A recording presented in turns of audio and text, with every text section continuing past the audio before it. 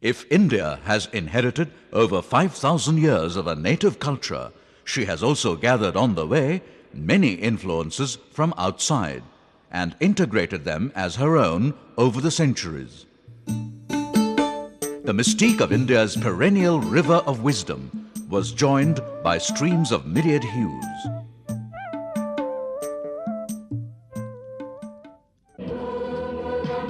Saint Thomas, one of the apostles of Christ, is believed to have settled down in Chennai in South India soon after the resurrection. Among the earliest Christian monuments of India are his place of meditation in a cave and his tomb in a cathedral consecrated in his memory.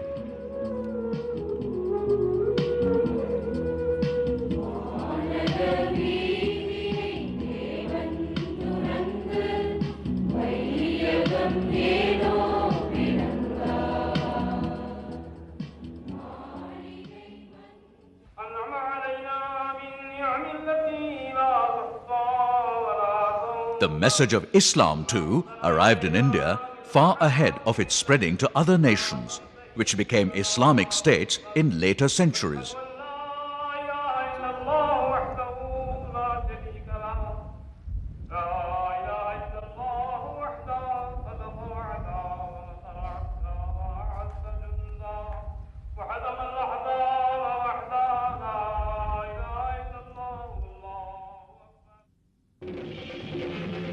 From the 11th century onwards, North India became a battleground of sorts for a few centuries, with several kings engaging themselves constantly in war as a gigantic sport.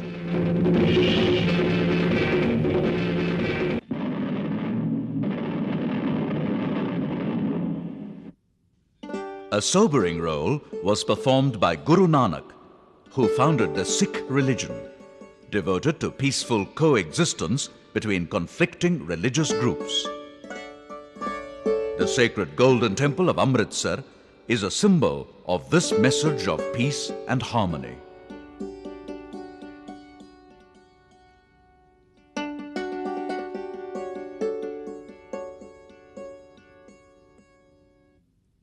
Babur, a Turco-Mongol descendant of Tamerlane and Genghis Khan, conquered Delhi and established the Mughal Empire in 1526, an empire which held sway over large regions of India for over 300 years.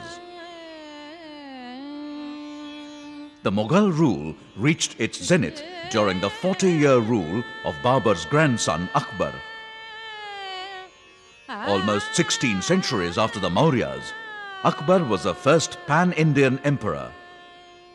With the ability of a many-splendored man, he endeared himself to his citizens across all religious barriers.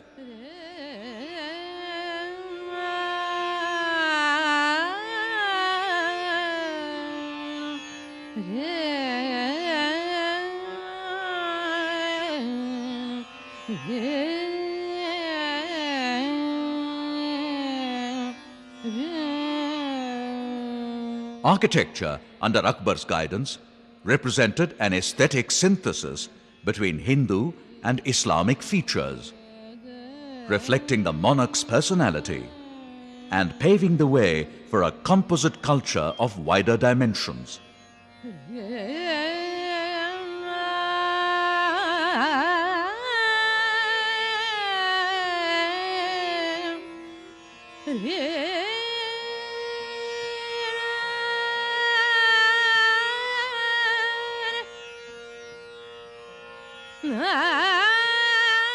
Who in the world does not know Akbar's romantic grandson, Shah Jahan?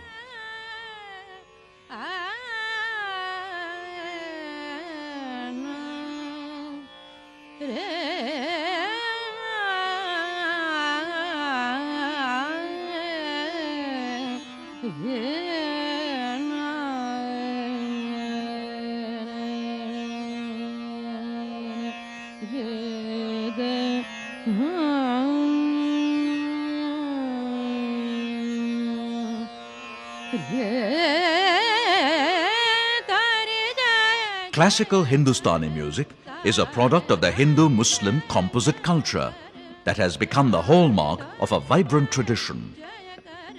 This musical legacy is unique to India and transcends religious and national barriers in its aesthetic appeal. At the private palace of the Nawab of Arcot today, Muhammad Abdul Ali, the Prince of Arcot, and his family enjoy a chamber concert by the well-known Hindustani classical singer Veena Sahasrabudhe. The Prince of Arcot follows the great Indian tradition of ceaselessly working for communal harmony.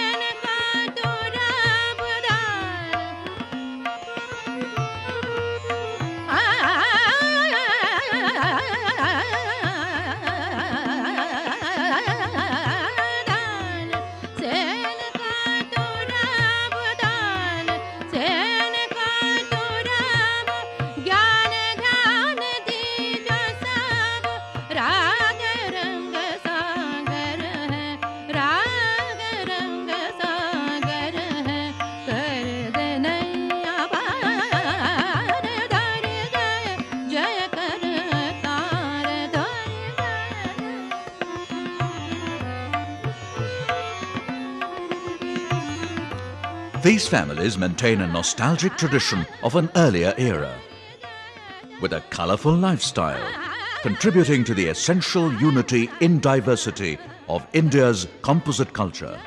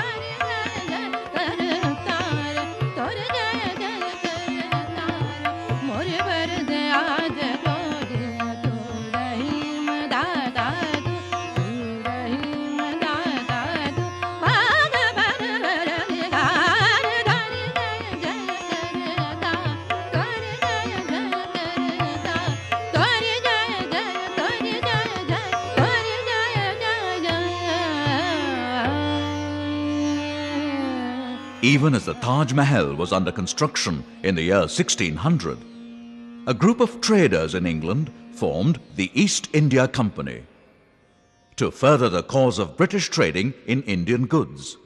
In the fierce European competition to have a foothold in India, to buy Indian spices, textiles and handicrafts, the British acquired an edge not only over the Dutch, the French and the Portuguese, but also over the Indian Rajas and Nawabs, thus sowing the seeds of the British Raj.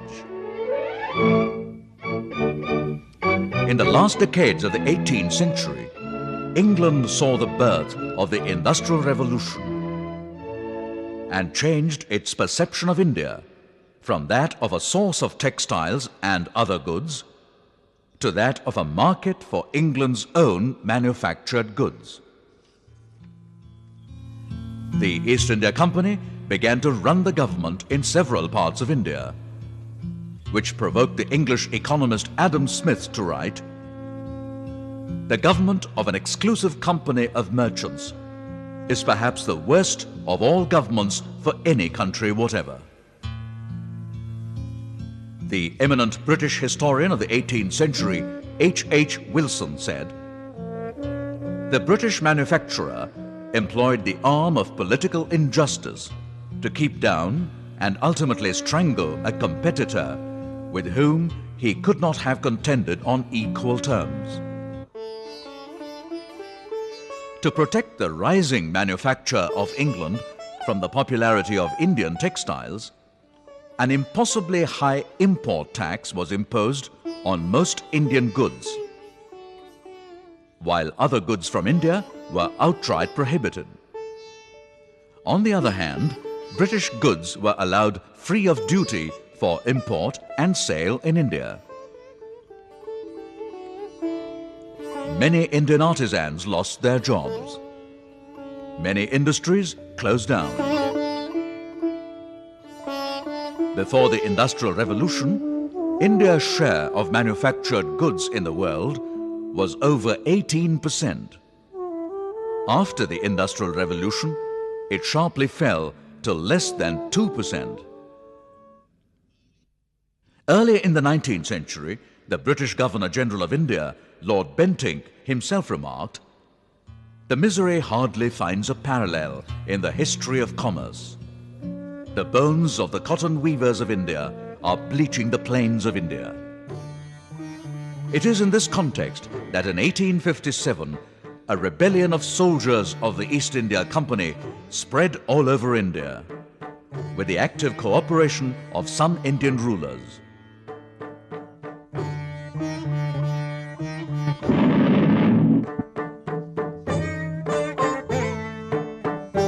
This defeated rebellion was named as the Sepoy Mutiny by the propagandists of the colonial establishment, while objective perception treated the event as India's first war of independence. Citing the maladministration by East India Company as the cause for widespread discontent in India, power was taken over by the British Crown. Queen Victoria proclaimed herself the Empress of India. However, a sensitive ex-official of the East India Company, John Stuart Mill, wrote,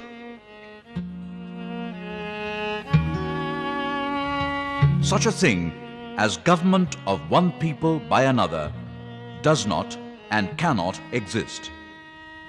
One people may keep another as a warren or preserve for its own use, a place to make money in, a human cattle farm to be worked for profit."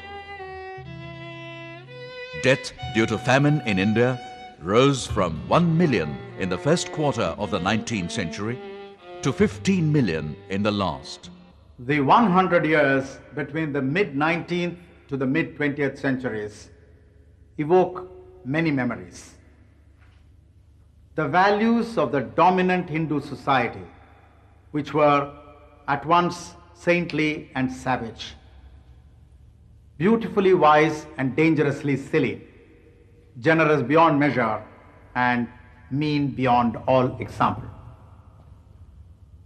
The values of a conqueror which concurrently exhibited the inhumanity and cruelty of colonialism, as well as the liberal democratic traditions of Western thought and civilization.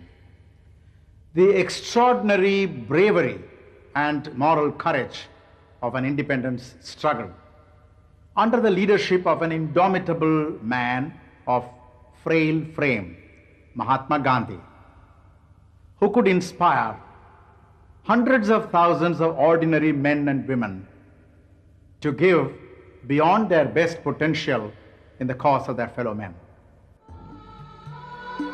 In some areas, like Bengal and Rajasthan, India's deep philosophical and humanistic perceptions had not interfered over the centuries with the barbarous practice of burning the widows in the funeral pyre of their husbands until the 19th century social reformer and forerunner of an Indian intellectual renaissance, Raja Ram Mohan Roy, helped to legally and practically put an end to this brutality.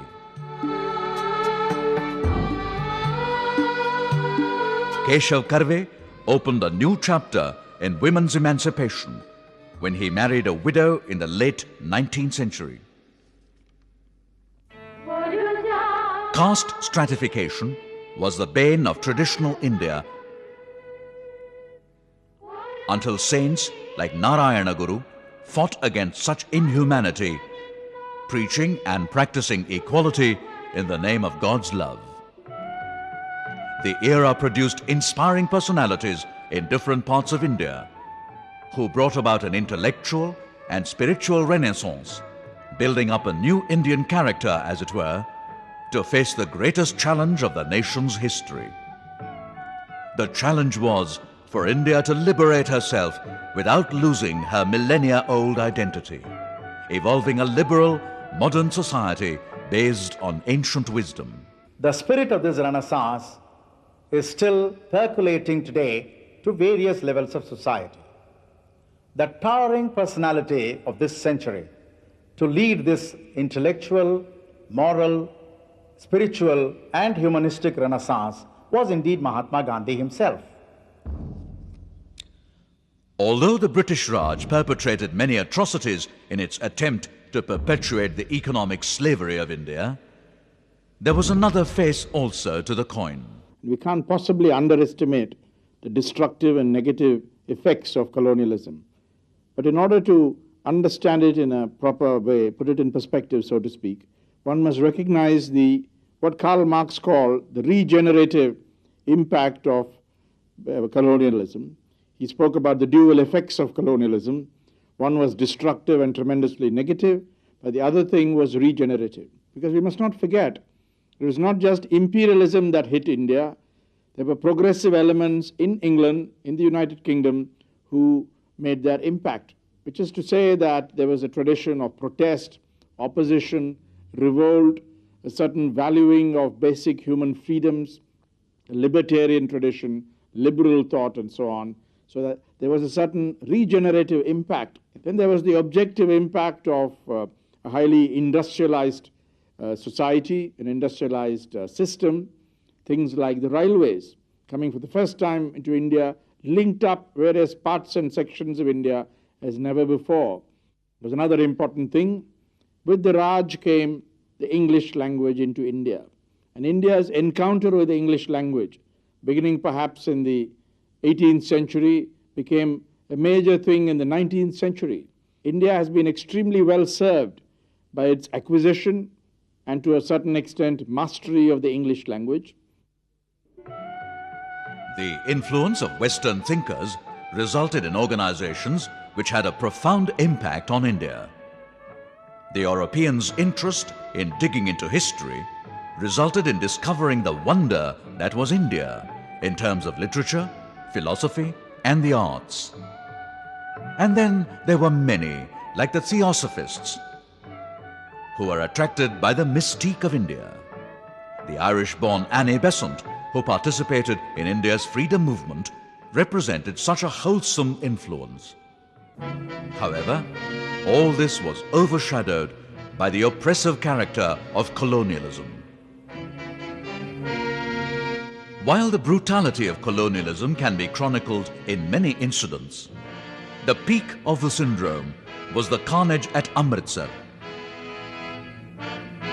On April 15, 1919, an undisputedly peaceful meeting of unarmed men and women took place at Jallianwala Bagh, a large meeting place to which there was only one narrow entrance. Brigadier Dyer of the British Army arrived to disperse the unlawful but peaceful crowd. Shoot!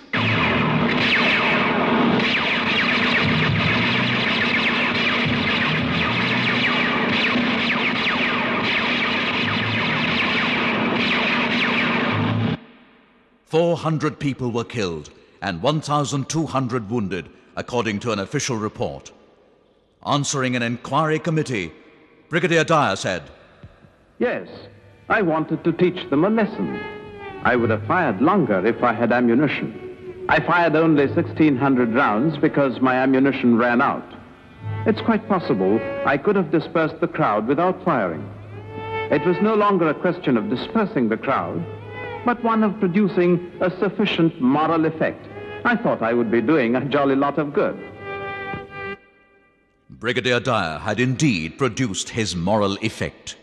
Nobel laureate poet Rabindranath Tagore surrendered his British title, while Mahatma Gandhi said, "Cooperation in any shape or form with this satanic government is sinful." The Mahatma's philosophy and convictions had a deep and profound influence on the policies and events of the freedom struggle. Gandhiji set for himself and his country a very high moral agenda. He was himself an epitome of the many millennia of human civilization at its best. Without borders of east or west, race or religion, he stood for the welfare of mankind as a whole. His immense love for his country never had a tinge of hatred towards any other nation of the world. To him, means were as important as ends. He was unwilling to adopt any violent or unfair means to achieve the goal of Indian freedom. He could lead his millions of followers in an unconditionally non-violent struggle for freedom, in which even if the opponent was violent, the satyagrahi or freedom fighter remained non-violent. In critical times for Britain, such as during the Second World War, Gandhiji maintained his inscrutable moral principle, declaring that he did not want Indian independence out of Britain's ruin. The Mahatma despised the economic enslavement of India and adopted the spinning wheel as the symbol of a self-reliant India. Khadi, hand-spun, hand-woven cloth, became a cult with nationalist passion. If Jallianwala Bagh was one watershed in India's freedom movement, there was another, a decade later, when the apostle of non-violence led his followers in a march to make salt. In 1930, the Mahatma chose a simple yet dramatic method of satyagraha. Gandhiji walked about 200 miles from Ahmedabad to Dandi on the Gujarat seashore to make illegal salt. Salt was a government monopoly, and this symbolic act of protest not only kindled the imagination of every peasant across the country, but also attracted worldwide attention. The Mahatma announced that he would make illegal salt at the government salt depot at Darshana. As per his rules, the volunteers had to be non-violent, bear the pain in case of official assault, and proceed with the task. Gandhiji was arrested before he could reach Darshana. An American journalist, Webb Miller, who was an eyewitness, reported. Police officials ordered the marchers to disperse. A picked column silently ignored the warning and walked forward. Police rushed upon the advancing marchers and rained blows on their heads with their steel-shod lathis. Not one of the marchers raised an arm to fend off the blows. Then another column formed, while their leaders pleaded with them to retain their self-control. They marched without any possibility that they might escape serious injury or death. The police rushed out and methodically and mechanically beat down the second column. Each such struggle was a moral victory for the freedom fighters, and the cause was getting world sympathy.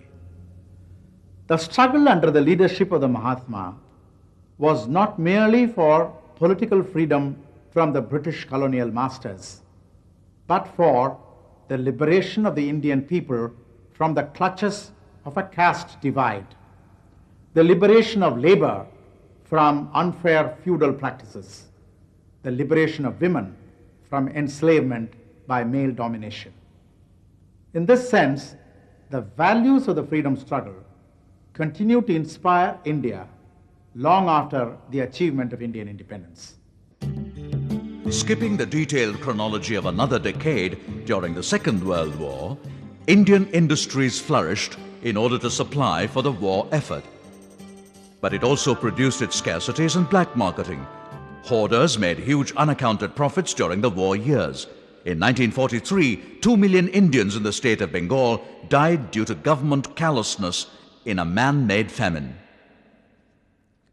In the early 1940s, while the freedom movement was operating only underground and its leaders were in prison, a party known as the Muslim League rose in importance by constantly being close to the colonial government.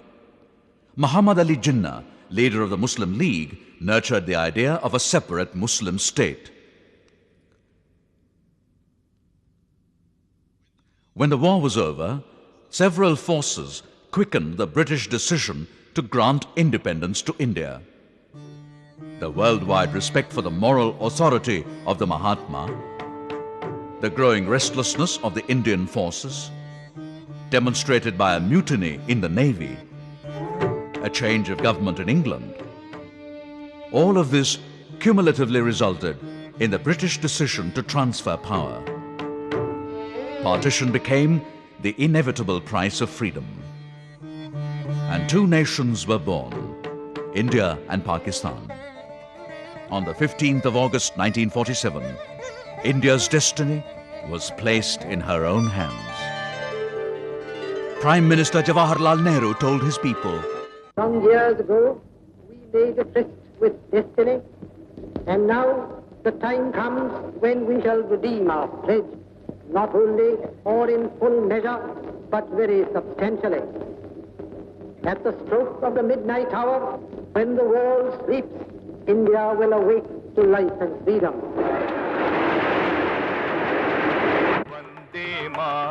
In that great hour of freedom, for a new nation of ancient culture, the problems and tasks ahead were indeed mind-boggling. A few decades earlier, defining one of his goals of freedom, poet Subramanya Bharati had said, "Tani oruvanukku unavillai enil jagathinai adithiduvom. If there is no food for even one human being, let us destroy this earth." Have the goals of freedom been achieved?